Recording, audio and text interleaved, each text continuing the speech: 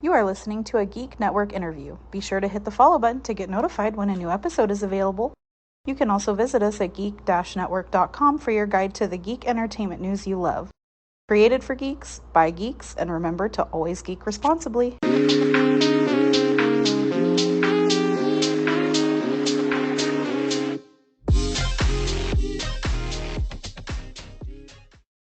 Okay, kids, it's time for another episode of the Fueled by Weird podcast, the only podcast that took the red pill and the blue pill. I'm Chris Daly, and today I'm chatting with the very talented Michelle Foose. Michelle, how are you? I'm good. How are you? I'm doing great. So this is the first time we're meeting. First of all, I'm very thankful you were able to take the time to sit down with me to talk about your book. So thank you for taking the time for that. And this is the first time we've ever met. So what I like to do at the beginning of my interviews is do an icebreaker question to kind of get to know you a little bit better. So today I think we're going to do, you go to the grocery store, you're in the frozen food section, you see all the different ice cream flavors. Which is the one you're going to pick to take home? Favorite ice cream flavor? Mm, okay, let me think. This is an important question. Okay. I have Very. this. I struggle with this one. It's a tough one. Let's see. I guess it depends on the day. Is it like That's a fair. really good day or a really bad day? That's fair. Um, I think on a really good day, I would get mint chocolate chip, Ooh, nice. and I think on a really bad day, I'd get Reese's peanut butter cup Ooh, chocolate ice cream. Yeah. that's a good one. Yeah, I think for me, definitely my go-to is mint chocolate chip as well. Or sometimes if I'm feeling crazy, I'll go cookies and cream or some kind of cookie something. There's too many good ones. 'Cause It's I also like pistachio a lot mm, sometimes. Yeah. nice. Yeah, I mean, you're right. It does kind of depend on the day. It just depends on how the day went. If it was a hard day, if it was an okay day, just it depends. Yeah, That's good definitely. though. That's good. Definitely. All right, well, Michelle, the whole concept of Fueled by Weird is basically everyone has things that they're interested in that makes them who they are, and they're not necessarily, quote unquote, the typical nerdy things. They can be really anything that you're interested in that helps make you who you are. So, what's something that feels you're weird? Um, I really, I really like, I think underneath everything that I do, I really like psychology. Oh, okay. Um, I really like learning about why people are the way they are. Because it can feel very chaotic for me at least in the world. Sure. Um, and I like exploring like the inner worlds of characters and the stories that fuel them. That's a So good answer. yeah, I feel like everybody kind of has that. Like everyone is kind of the hero in their own story inside of their Sure. own mind, right? Yeah, And absolutely. yeah, so I like thinking about that a lot. Nice. Yeah, humans definitely are very complicated creatures, that's for sure. Yes, definitely. All right, Michelle. So now down to business. I noticed when I was doing my research that you have at least been doing your web comic for since 2012, so about Mhm. 11-ish years, 10-ish years. 11 Um, years, 11 years 2 days ago, actually. nice. Yeah, Congratulations. That's thank awesome. you. Thank you. What is it that got you into comics in the first place? Um, I always really liked comics. Mm-hmm. It was just something I could escape to. Okay. It's like a place of comfort. Um, it helped me escape life, That's and fair. it always did that. Like it never let me down. Just the new stories I would pick up. Nice. And over time, I kind of fell out of them, and I kind of fell more into just stories in general. Mm-hmm. I read a lot of books now, Yeah, essentially, because they go much deeper. And I was never really into that because what got me into comics was the art, right? sure. But it became more about stories over time. I think for me, that's what fuels me. Um, and comics is just another way to tell really good stories. I can appreciate that. Yeah. I know for me, I was kind of the same way. When I was a kid, I was really a lot into comics. Mm. And then as I got older, I kind of, with like you, I kind of, got a little bit more interested, and I just kind of fell out of comics and just kind of started naturally going toward novels. And I read quite a few novels. I think the last couple of years I've read a lot. Um, and I've just recently kind of started going back into comics. I'm super far behind on all of the big two stuff, but I like to try to keep up more on the indie stuff and more of the the non big two titles. So yeah, Yeah, I think as you get older, it's harder to find stories that surprise you, for sure. especially in stories that are geared towards a younger audience who Yeah. isn't necessarily jaded by like the repetition of stories and the hero's journey that is constantly retold. And I think as you get older, you're kind of expecting something new, and you look towards other things to fill that void. Yeah, and then you've also got the times where you get really you get hooked on a story, and then for whatever reason the story gets canceled or they're not able to finish it, and so you kind of just get left. So you're not able to really get the whole story. You're just only getting a piece of it. So yeah, definitely can understand that. Um, so I saw on your website that you spent time working at DreamWorks and Pixar. But yeah, I interned at Pixar, but I worked at DreamWorks. Oh, okay. How was that? Um, I think it was okay. It wasn't for me. Okay, that makes sense. Um, yeah. Did any of that work experience did it help influence your comics at all? Did it help like build like on storytelling or anything like that? It definitely gave me insight into the process of telling really big stories, um, Hmm. which did help me in a way. Um, but it also showed me a more cynical side of it, which is that a lot of things that are good for story are often sidelined Mm, for things in business, right? Um, gotcha. so there's not necessarily a lot of artistic freedom when your paycheck exceptionally depends on it, when your company needs to make money, right? And so for me, it was just, I just felt kind of, um, I didn't feel like it was where I was supposed to be, that I was supposed to be part of this money making type of business. It's not really what I was motivated by. I really just wanted to be part of good stories. And so Gotcha.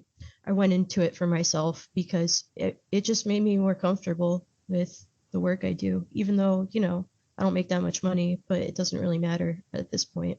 Yeah, I mean, sometimes you have to take a chance on yourself because if you don't bet on yourself, who else is going to? Yes, exactly. Awesome. Right. Well, so we're here to talk about Ava's Demon, Book One. I just finished reading it last night, and it was fantastic. It was very good. It's a very deep emotional story. Um, what was your inspiration for Ava's Demon? Um, well, I'm gonna do something bold today, I Oh, think. okay. So making it, it was what I was talking about before, where Mhm. I I wanted to make a story that kind of peered deep into all of the characters' minds instead of just typecasting them as like the side character.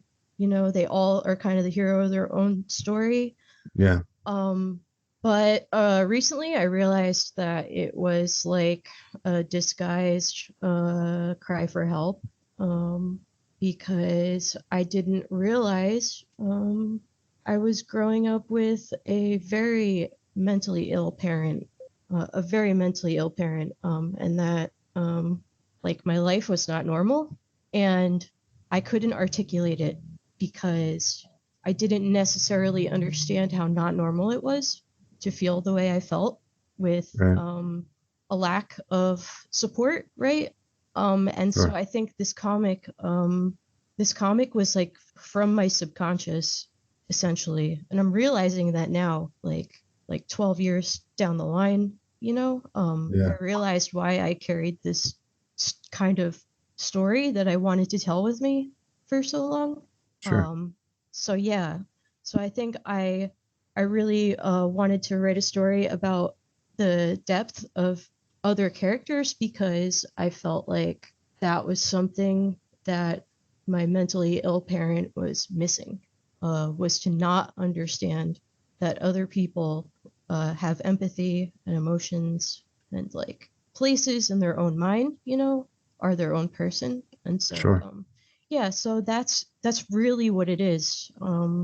And I actually felt like a fraud for the longest time because I felt like I wasn't saying something that even I completely understood, but now I understand it. I understand where it's coming from now. I hope that makes sense. Oh yeah, absolutely. I mean, you said your initial inspiration to getting the comics was for as a kind of an escape, and you can definitely tell that there's a lot of feelings in this comic. And I really did like how when you read most stories, you've got pretty quick you can pick up on the one or two characters or the main character, and the rest are kind of just there to help tell the story of the one or two characters. But with Ava's Demon, you could really tell that you know every single person is the main character in this story. There's not one person that this is really about. um and I really like that because I know with my own personal writing, it's hard to pick, because you love all the when you're creating characters, you love all these characters so much. You can't just decide, this is going to be it's hard to decide which is going to be the main one, because really, you've got all these big ideas for all these other characters. So I definitely can relate with that, and I'm glad to see that there are more writers out there who are kind of have that same mentality and that same mindset. Yeah, I do. Yes, I agree. I agree. And I appreciate that you appreciate it. Yeah, for sure. Um, so you've been doing the comics since 2012, and that's incredible. You don't really see that a lot. There's not a lot of comics. I mean, I haven't read a lot of web comics, but some of the ones that I have read, they haven't, lasted nearly as long. So that's kudos to you for being able to draw your story out. What made you decide to start doing comics online? Um, it made me happy. It made me happy to just be able to create things. And I didn't feel like I got that out of my job. Um, I felt like, I actually feel like I had gone into something not to make myself happy, but to make my parent happy. Sure. And so to make myself happy, I started this comic, because it was like going back to a time when I was 13 and I felt like I could do anything, Hmm. before, I kind of was commandeered and, pushed into an area of life that I didn't want to be in. And so I guess in a way, starting the comic was just another way of coping. And I'm very lucky that other people saw something in it. I will say I really feel like it's luck of the time of being able to put something online during a time when the internet was kind of like a brand new economy that made up for um, the flaws of the real world for a lot of people. And I'm really lucky that it took off because I didn't plan for it to be anything but like a hobby to help me cope. Sure. Yeah. Yeah, and that's kind of cool because back then is kind of when web comics was just becoming a thing and they were fairly new. So that's really cool that you were able to get in there and find your audience and kind of just keep it going from there.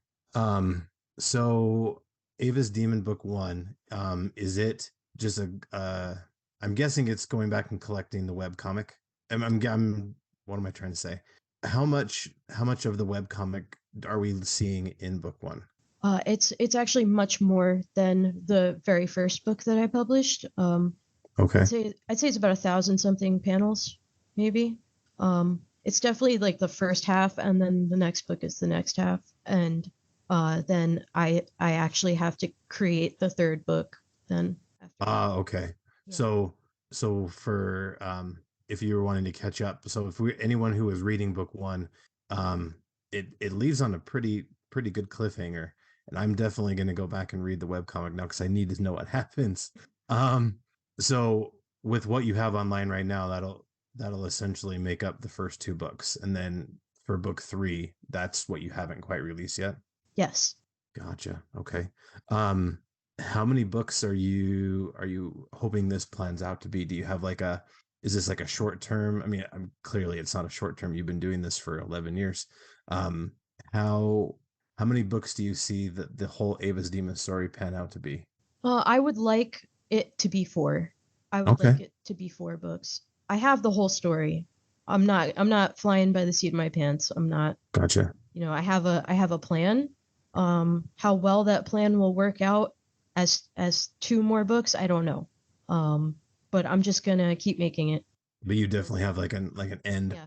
You Yes, have I have what an the end. end of the story is going to be. Okay. Yeah, I planned that a while ago because Sure. I felt because I don't think I would have started it if I didn't have an ending. I feel like I'm kind of a stickler about stories in this way. Yeah.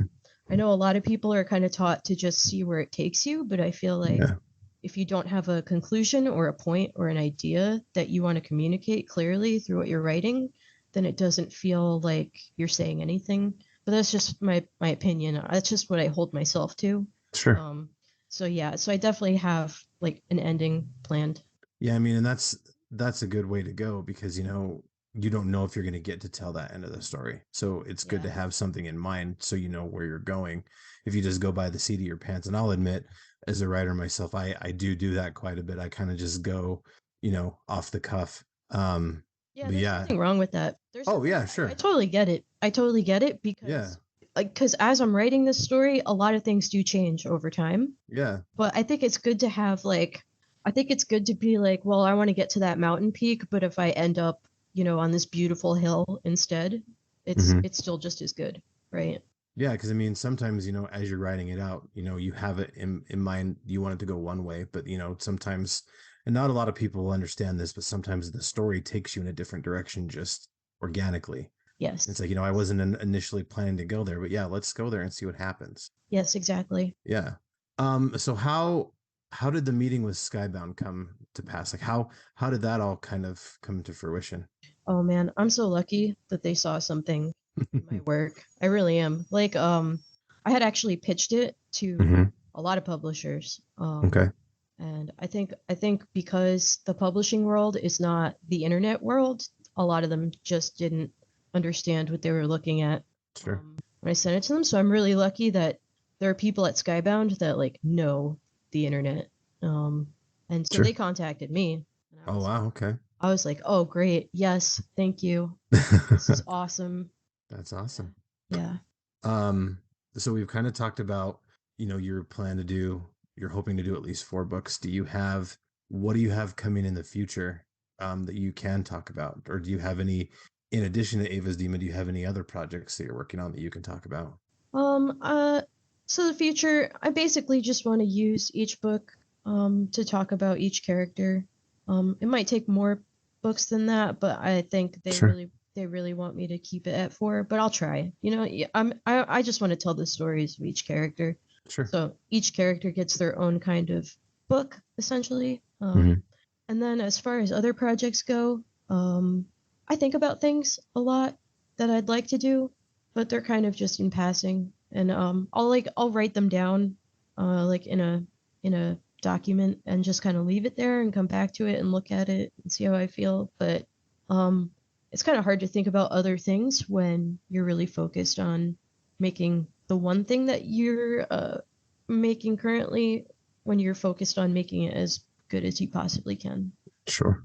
All right. Well, what's some advice you'd give to other wannabe creatives or people who have ideas that they're just too afraid to initiate? What's some advice that you would give? Um, Personally, my advice is for me, I always think about the, I always go back to thinking about the times in my life where I felt really good about myself and why I felt that way and what I consumed that made me feel even better. And I feel like a lot of people will lose sight of that when it comes down to finally making their own content. I think they think a lot about what other people want and not necessarily about what they wanted to see, in their happiest moments, what they wanted to consume. Sure. Um, so uh, I think they should stay true to themselves. They should not forget what they liked as a kid. because even though people might criticize it now, it still made you happy as a kid. Like, for example, like Naruto. A lot of people will make fun of Naruto, but when it comes down to it, when you read it as the kid who is the same age as Naruto, you really relate. You deeply relate to everything in that story. And that's really what it's all about, is showing genuine feelings and understanding that what you like is okay and that you can make it without worrying about what other people think. And the people who do like it will really like it, right? In the same way that Sure. you did. Yeah. And so yeah, just hold on to that feeling that you had when you first like loved reading comics or loved reading books. Yeah. No, that's great advice. I know that there's a lot of stuff that I used to be interested in as a kid that I kind of gave up on because I thought, the typical, oh, I'm too old for that. I don't need to worry about, being into that anymore. That I've now decided, you know what? Like sometimes, being a grown up sucks. And, there's Yeah, stuff out in the world that's just awful. And so why not embrace that stuff that you like? exactly. And, if you grew up liking a certain show or, I mean, I'm a huge kid. I mean, I've got Power Rangers and Ninja Turtles and comic book stuff all over my office right now. And people, I don't even care what people think because it's stuff that makes me happy. And if you don't like it, then that's okay. It's not for you. And sure, I'm almost 40 years old and I have a bunch of kids' toys, but it makes me happy. And Yeah, you don't get to find that much as an adult like you did as a kid. So, you shouldn't really take what other people's opinions are as more than just their opinion, and don't let it bother you. So that's really good exactly. advice. Exactly. Yes.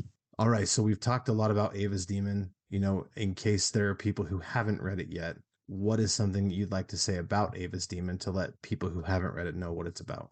Um, well, um, writing it, I always had like a fantasy as a teenager or as a kid of just leaving Earth, right? Just Sure. like surely there's something out there in the universe that will not let me down, right?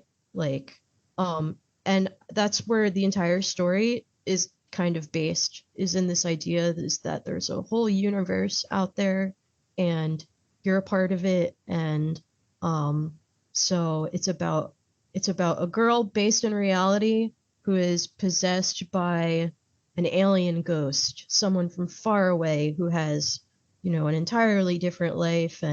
Um and it's scary and it's vast, but um a huge adventure happens for her because of it. And that's the kind of story that I feel it is overall, is escaping reality.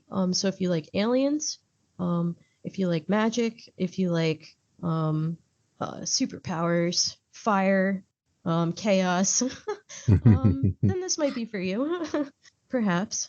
Yeah, for sure. I mean, on top of the incredible writing, the art is fantastic. It's beautiful. So definitely, you guys should definitely check it out when you have a chance. Thank All you. right, Michelle, you're welcome. Now is the time where you get to plug yourself. Where can we find you? Where can we keep up to date on all things Ava's Demon?